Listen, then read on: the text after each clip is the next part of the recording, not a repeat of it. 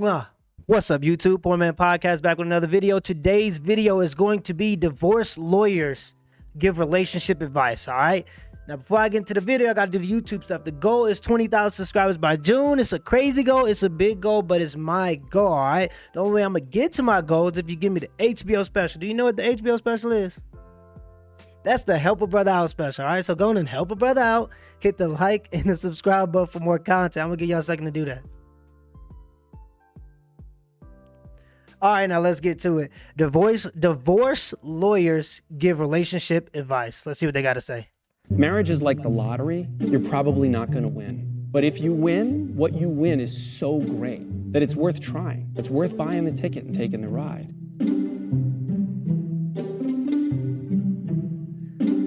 I don't know. That's coming from a lawyer. He's a divorce lawyer, so his business is going to tell you to try 53% of marriages end in divorce in New York State. So if I said to you there's a 53% chance that when you walk out the front door today, you're going to get hit in the head with a bowling ball, you would either stay inside or at a minimum you would wear a helmet. You know, you buy a house, they make you fill out 50 forms explaining that you understand the lead paint disclosures, you understand the loan, you understand everything. You get married, you don't even get a pamphlet. You don't even get a piece of paper that says, oh, by the way, you just did the most legally significant thing other than dying you'll ever do.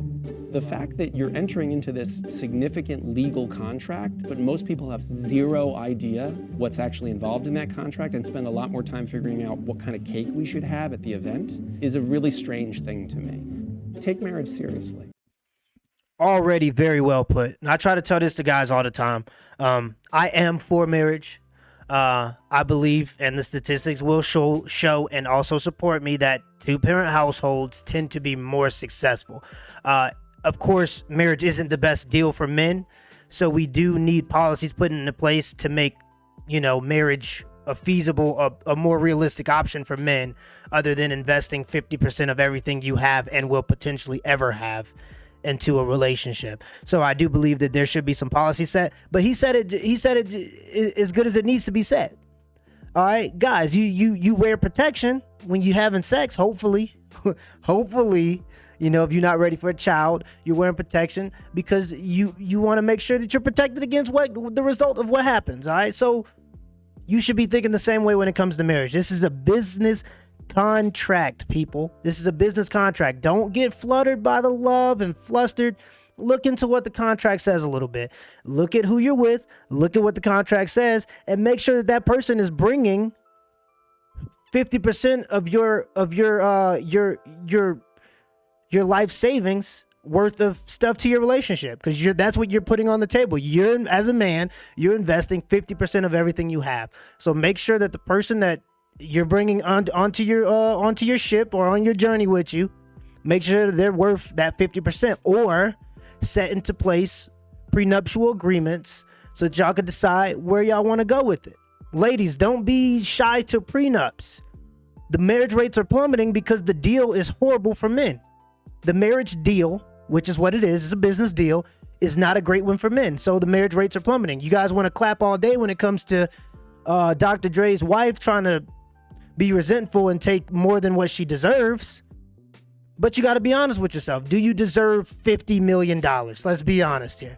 Do you really need $50 million if the man earned $100 million? Isn't 10 not good enough? Don't be shy to take prenups if you think that it's worth it. And if you really truly believe in the love, and it's all about the love, ladies, you should be able to sign one of those agreements. Okay.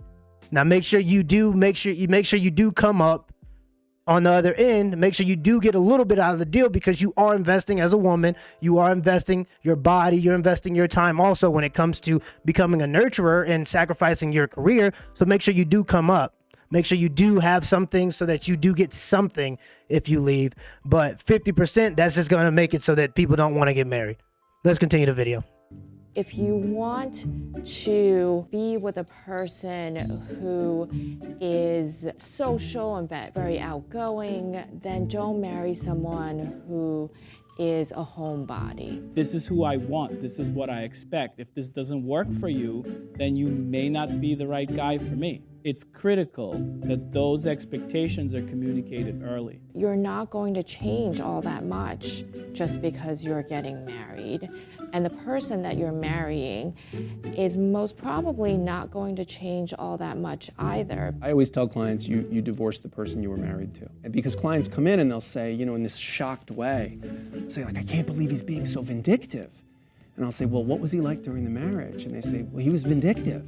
I can't believe he's nickel and diming me on all the finances. And you say, well, what was he like with money during the marriage? And they say, well, he was the kind of person that would nickel and dime everybody. Okay, well, why would you think he'd be different during the divorce? I think one of the most important conversations. Also, another great point. All right, pay attention to who you're dealing with in your relationship, especially if you're planning on getting married to that person.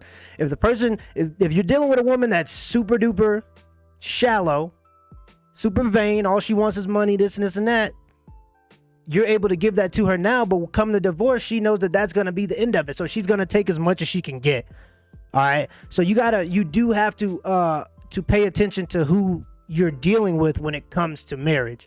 And I always tell, and even before anything, okay, when it comes to women, you have to realize this ain't no Disney movie. Okay. This ain't no Disney movie. You don't get married and then go live off happily ever after, and it's just that easy. It takes a lot of sacrifice to maintain a marriage. It takes a lot of commitment to maintain a marriage. Love is a verb, okay? Love is a verb. It's something you have to actively do, okay?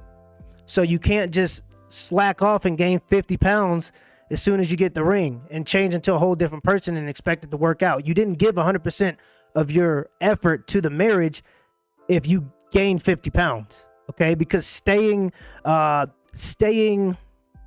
attractive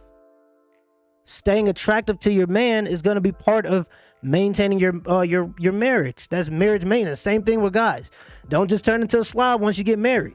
Stay trying to be attractive. Stay actively, stay trying to make it work for the relationship. Okay? Make sure you're still trying to date your wife if that's something that you want to do. Let's continue the video. You need to have with your partner before getting married is about your finances. Doing a prenup forces the couple to have a conversation. With a prenuptial agreement, there is mandatory financial disclosure. Most people are out there making their own money, and by the time they get married, they have their own bank accounts and, student loans or credit card debts. And those are all sort of important things to know about the person that you're going to marry. I think what a lot of us are looking for in someone to date is very different than what we're looking for in someone to marry. I've had so many clients who, for example, their boyfriend or girlfriend has a job that is so cool to have a boyfriend or girlfriend doing. A musician, a chef. There's something very exciting about dating someone in that position. But think about what it's going to be like to be married to someone in that position. A chef who works really long hours late into the night. A person who travels for business and is on the road, 45 weeks of the year. What makes for a good boyfriend or girlfriend and what makes for a good spouse or partner, especially if you want to have kids, is a tremendously different thing much of the time.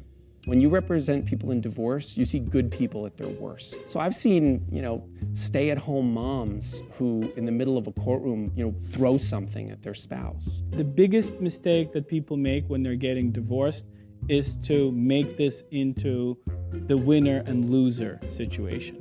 They get so caught up into standing their ground that they lose focus of what really matters and the collateral damage that's happening around them.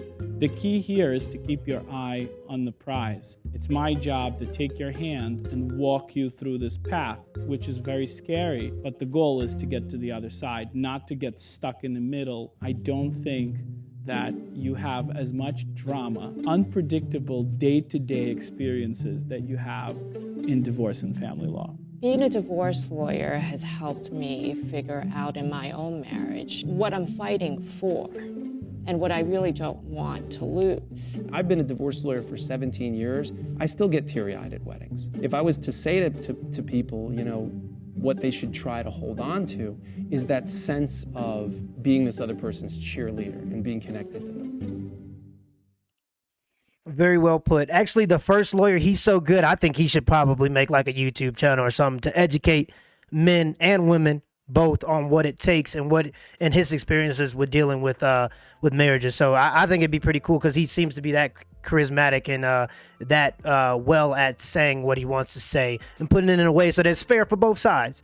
You know what I mean? And the thing he said, because his final thoughts, a thing he said that is very interesting is make sure you know what you're getting yourself into. Okay, like he was like, it sounds cool to date a chef. It sounds cool to date an athlete or this and this and that, but you don't know what it takes to be with that person. Understand that there's always going to be sacrifices in a relationship if that's something you're trying to do. Okay, ladies, if you want a guy that's going to be astronomically successful, understand that he ain't going to be able to spend every waking day with you. So if you're a person that's very needy and needs to be catered to all the time, maybe you don't want to deal with the man that's going to be taking trips to other states, you know what I mean, every 2 weeks because he has to do business deals or he has to go on business trips. Okay, you got to actually be realistic with what you're getting yourself into, and that's why I tell people it's okay to be with men that aren't quote unquote high value men in terms of finances. It's okay because the trade-off is a lot of times you get a man that's more willing to spend his quality time with you and the child and be more loving and nurturing. And I can't tell you how many times I see regular families, very average families that are astronomically happy because the woman knows that this guy, although he isn't the 6'7" basketball player that she might have wanted, he's a good guy. He's willing to give everything that he got to make her happy. And she accepts that and she does what she has to do to make him happy. It's an equal trade. And you'll be surprised how many people that look the best or look like they got everything lined up and going for them just be sad and lonely. A lot of these people these women follow on Instagram and social media, they think they're happy and they're sad and lonely. They think they're happy because they have the money, but that's not what it's all about every time. Some people, yes, some people, a very small amount of women are okay with the man being traveling for whatever reason. They're they're high integrity people, so they're not going to cheat on the man while he's gone because they understand the risk reward. All right, you can have sex with the pool boy, you have that option, but just understand that if you make that decision, you might be sacrificing all the resources that you got from that man that's been coming in. Okay, so you got to be high integrity. You got to be you can't be needy. You have to be nurturing to the children while he's away. You have to be able to be alone. You have to be able to stay fit. Those are some of the things it takes to be the wife of an athlete or a business of a high value financially businessman. You know what I mean? So you got to understand that there's going to be sacrifices. If you're looking for these dudes and you've been on Instagram for hours scrolling and you think that these women are happy, they're not happy a lot of the times. And I can tell you because I've been around a lot of quote unquote influencers and I know a lot of them. I won't say a lot of them, but I know some of them personally. Okay. And I understand the pictures, is a lot behind them. So before you get into anything and also remember that these are divorce lawyers. So their business is getting you to get married. Okay. So they're still going to beat around they ain't going to tell you the full truth and nothing but the truth. I'm sure it's a lot uglier than it is pretty. Okay. And I'm sure when they go to weddings, it is a little awkward when they realize, oh, so there's a 50% chance this marriage isn't going to work. And I can tell by the two personalities, this probably isn't going to work because I've dealt with plenty of relationships or couples that have, fell out and had horrible divorces, very nasty divorces because they weren't compatible. So they probably see that a lot and it's probably really awkward, but it is what it is. Again, I still think marriage is worth it.